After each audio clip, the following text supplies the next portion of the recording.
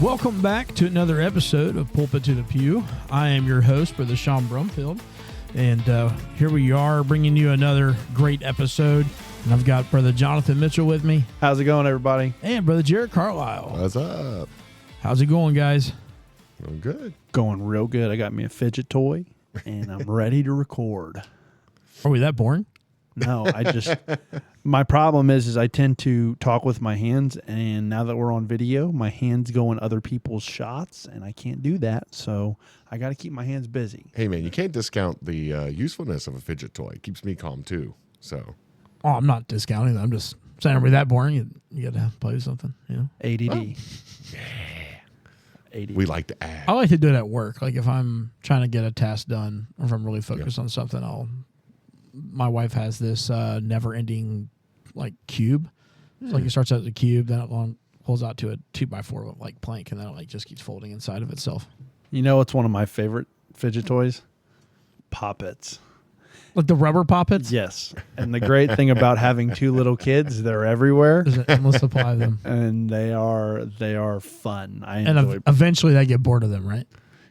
Yeah, my kids do, but I don't. Because I'll say, but he doesn't, no. I just like popping things. The Bubble Lord wrap. knew. Bubble wrap yeah. is my favorite. I love bubble wrap. So are you a bubble wrap person that like goes one by one, or do you like wad it up and like crank that puppy down until it like starts to hear pop, pop, pop, pop, pop, pop. I am a third option there. I try to pop as many in whatever order as possible as in like 30 seconds. Like, So you're like playing mentally like time myself like you're like playing like Minesweep with it. Minesweeper with the bubble, yeah. And see how many I can go through before one doesn't pop on the first push. And then like you get a dud, you're like, there's a mine. I lost. Restart. No, 10 bubbles up. Over. Mine is it depends. If I have a lot of time, so if like I really have a lot of time to sit, I'll just pop them individually. But if I like have to get it done and get it out of the way, I'm going to wrap that puppy up and pop as many as I can at the same time. It's so satisfying. It's so funny to me how oddly satisfying things work. Because like you would think something like that is so stupid, but like oddly satisfying compilation. I just had a stroke.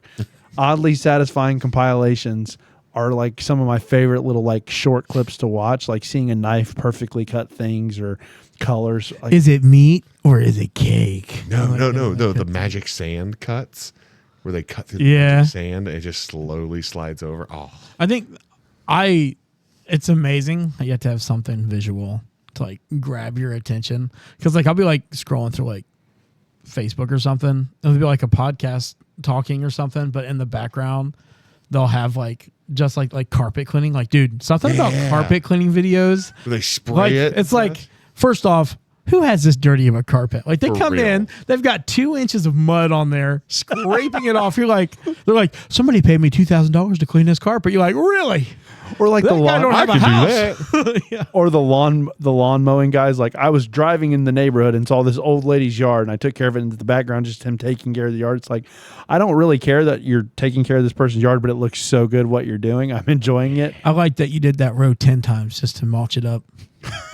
Do it one more time for me, please. It's crazy how like Vine and TikTok has destroyed attention spans, because like I think about like old times, like imagine those people, they didn't have visual stimulants.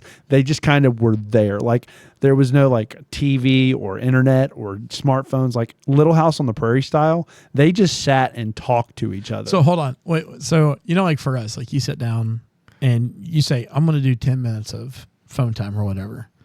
It turns into like 10 hours, right? You're there forever, or what it seems to be forever. Days So ago. like when they first started with like the newspaper, like they're like, I'm just going to read one section, and they read the whole thing, and like there goes the whole day of harvest because they got so. Yeah. Do you think that it had that same effect? Yes, they did actually have that effect where they passed laws that you couldn't stand on the side of the street and read a newspaper because people were standing there too long and blocking traffic. Are you serious? Yeah, in some of the big cities like New York, Chicago, and that. Yeah. No way.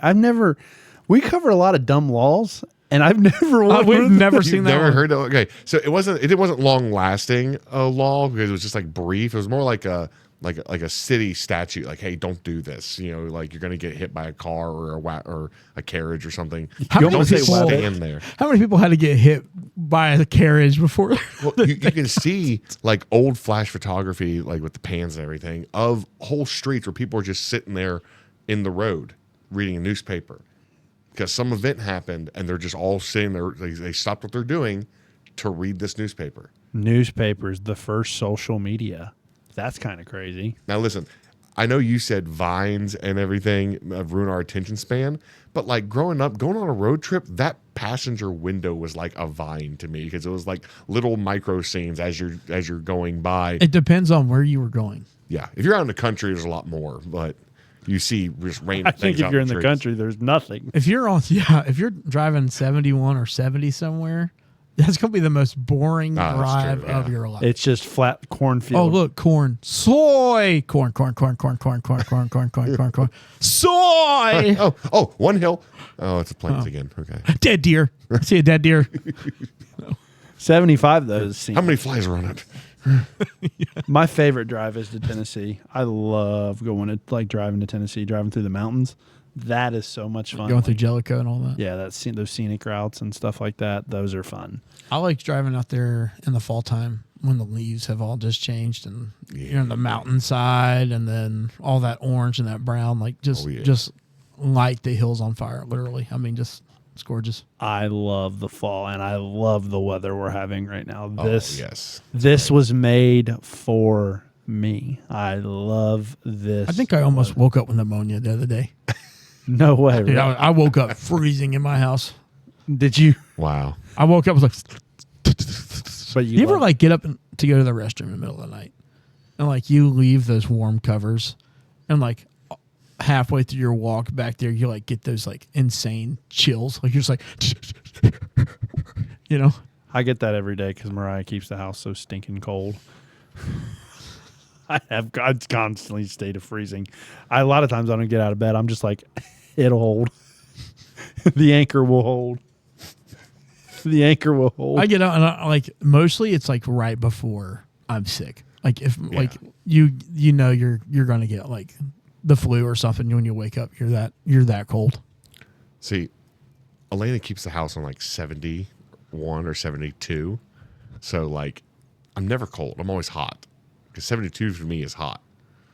Yeah. Whereas like she's like, oh, I'm freezing. It Can we turn depends. the heat up? I'm 72 like, in the winter is different than 72 in the summer. See, I think 72 in the summer is still hot to me. Like I'm just Yeah, that's what I'm saying. 72 in the summer is like roasting hot, but 72 in wintertime is kind of like knocking that chill off, and then you can like lower it down a yeah, little bit. yeah. I think 70 is fine, no matter what time of year it is.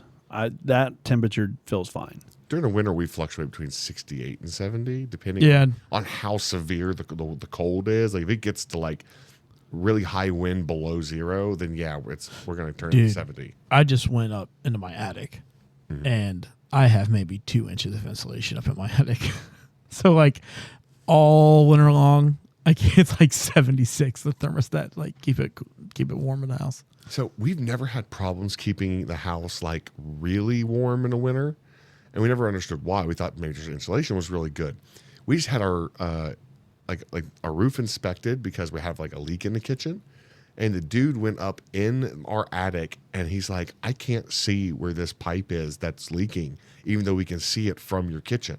He goes, when I'm up there, I can't see it. You have like this much insulation just packed against the wall, and it's somewhere back there behind it. He goes, you have probably like 2 feet of insulation up here. All the way straight through the house? Yeah, Or just that like one portion? all through the attic.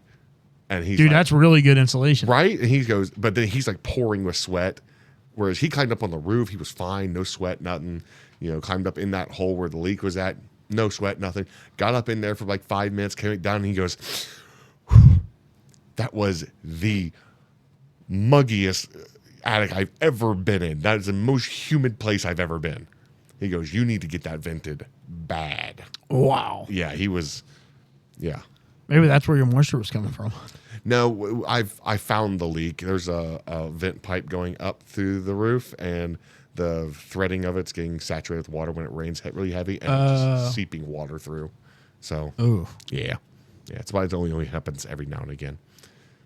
But getting back to fall leaves and in the mountains, That's a big deal. Have you guys ever been to Maryland? No. No, I've always wanted to go north, but I've never got more north than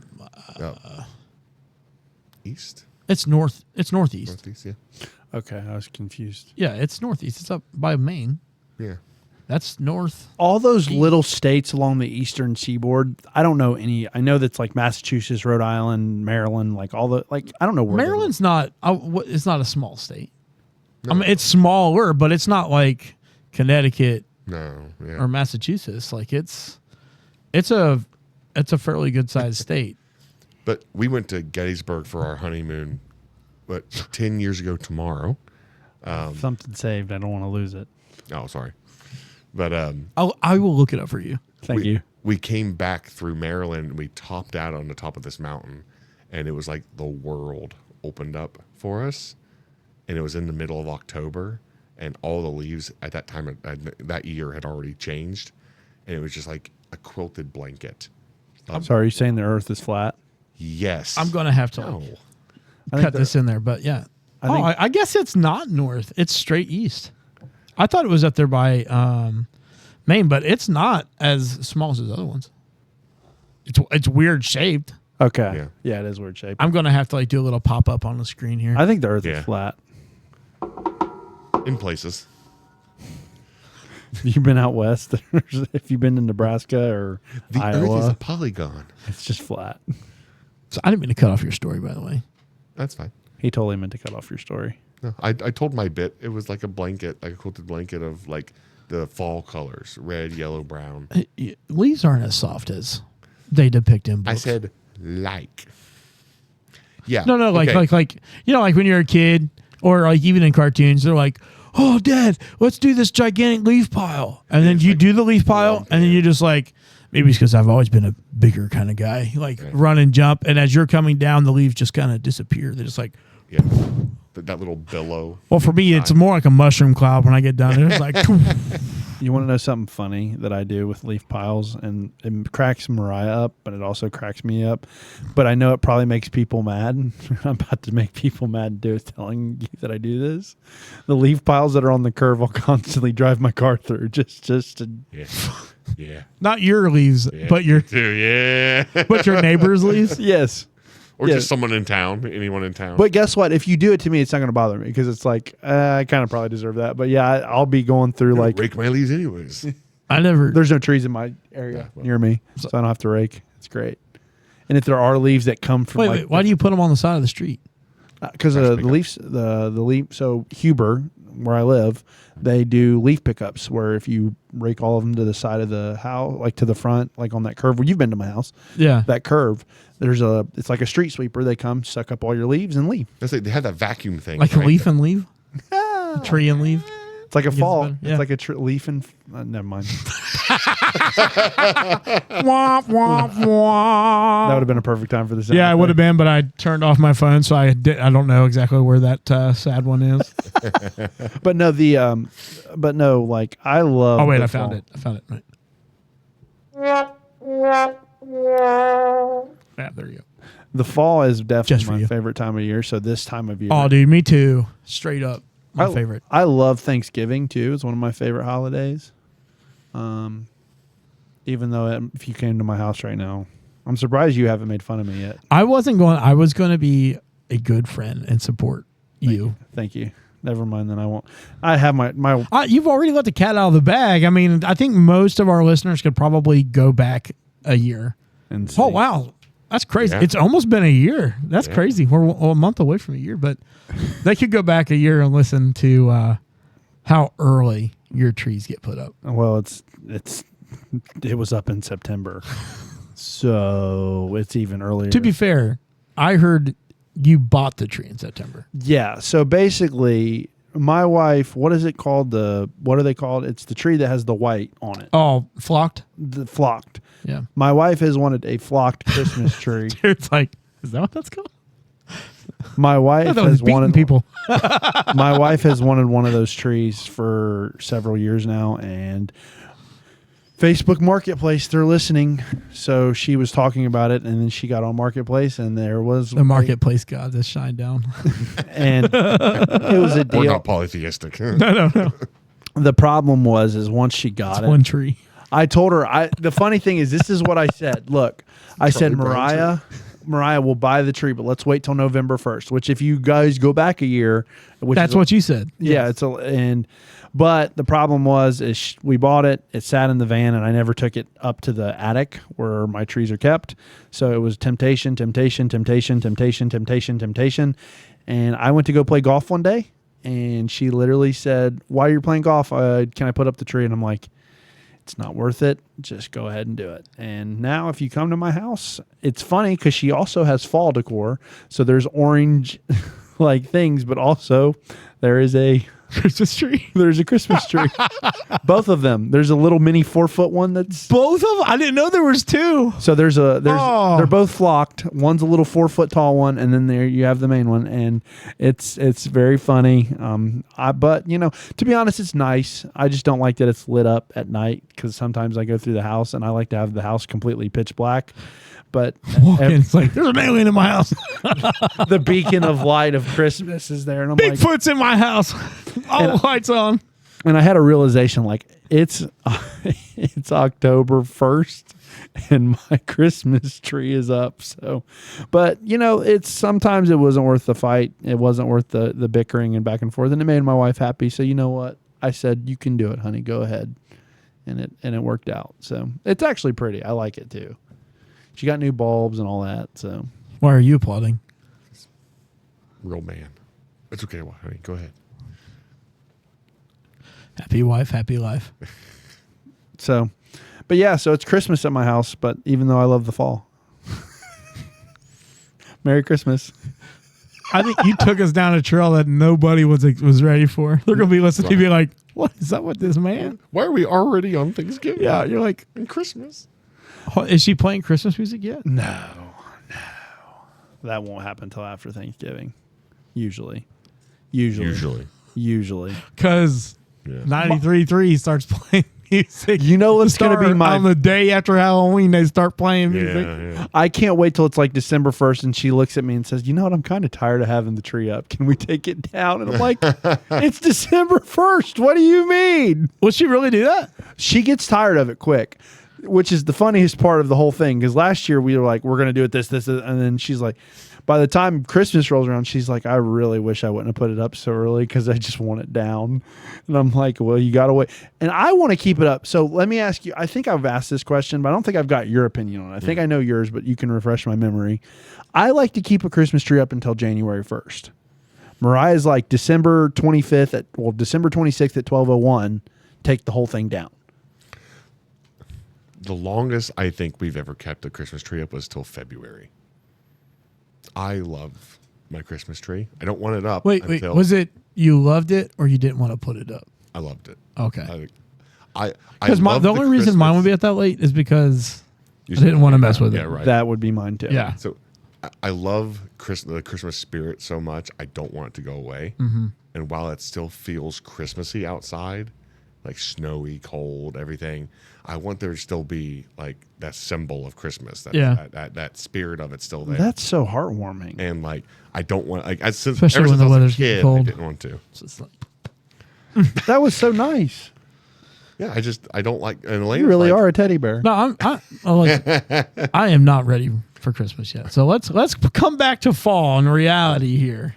And what are you guys doing for fall? Like getting ready for fall? Like I will say I am getting ready to put up Christmas lights at my house before it gets too cold. So we have something that we do every year in the fall, and we're getting ready to do it here in the next few weeks, I think, or maybe in early November. It's the pumpkin liner in Connorsville, Indiana. You get to ride a train, and they take you to a pumpkin patch. They drop you off, and then they wait for you there, and then they drive you back in the train. But they take you on a tractor like ride, a hay ride, and you go to a pumpkin patch in the back of this like. Is that a pretty pink tractor? No, I Take wish. me for a ride on my pretty pink Tractor. No. Anywho, but you get to pick your own pumpkins for free because you already paid for the train, and then your kids get to pick the pumpkins. So we get their pumpkins for the year doing that. So they get to ride on a train, which is really cool. It's also really cold, and they have a great time. All of our kids have loved it every time. I love hay rides. Hay rides are a blast. I don't like pumpkins because so I'm not a pumpkin guy. I don't Too like spicy. No, it's not that. Why is it spicy? To be honest, my biggest complaint is like when you have to carve a pumpkin that you have to get all the gunk out, and that grosses me out because it feels Put a like glove on. Then I don't feel like a man. You know what I mean? I put gloves on whenever I make meatloaf or like burgers or something, like those food That's gloves. true. That's fair. But Black latex. I wear gloves when I'm like barbecuing and stuff because I don't want to get all that nasty meat on there and transfer It's it all over. about cleanliness, man. So really, you're being a man by putting the gloves being on. clean is manly. Get the if it makes you feel better, go to Harbor Freight. get the 9mm black mechanic gloves. Then you cannot say you don't feel Like better. those ones we got. I will Yes. say I will say I've done that when I've used my smoker, like when we were doing Yeah. ribs and stuff. We get that. Well, you do that to apply the whatever I hate Rub or whatever it is. that. or the binder, like A binder. mustard. Yeah. Well, I absolutely hate that fatty oil filling from like pork that you get on your fingers that like takes forever to get that, like, off. thin, greasy. Yes, doesn't it's wanna go exactly what away. it feels just like grease. So like when I go to like touch Like my anointing oil. no, well, anointing oil comes off rather easy as far as going to anoint No, you as a continue. Lord, touch my brother. That's the thing I do when I'm like if Gentile only anointing oil. like go ahead. Sorry, I'll It's funny you did the thing. And I was gonna go Simba. It's what I do. If I anoint people with oil, Do you really? I do the Simba. In the name of Jesus. He screen swipes on his I wrist. feel, I feel like I'm Rafiki. Read my fingerprint. he always walks up to him with like a staff too. He's just like, We're dot, not feathers. So the reason why that's funny that you said that. So Brother Jacob will sometimes have me do the anointing stuff. If he's down on praying with somebody else, he'll be like, "Hey, pray for them." I generally let my pastor do it. Just in case anybody wants to fall out with me. But if my pastor asks me to, I'll do it. I think it's fine for anybody to anoint anybody. Yeah. That's just the way it is. I think. Okay, I appreciate that. Yeah, you're welcome. So I got your back, buddy. Sister Randy Ray at my church actually made fun of me for that the other day. She's like, I couldn't remember. She's like, she knew it was me, but she was trying to be nice. And she's like, yeah, whoever anointed and prayed for me last week, it goes across your forehead. And I'm like, that was me. Because that's what I do. I do it on the fingertips. I don't put a lot. I know some preachers that literally cover their palm and No. and then it's like it's running down your face. I don't do that. I do it on the A lot of finger. waste of oil. I do it on my that. fingertips and I go across like Simba. And she's like, it's funny that you say Simba because that's what she said. I will never let you pray for me now.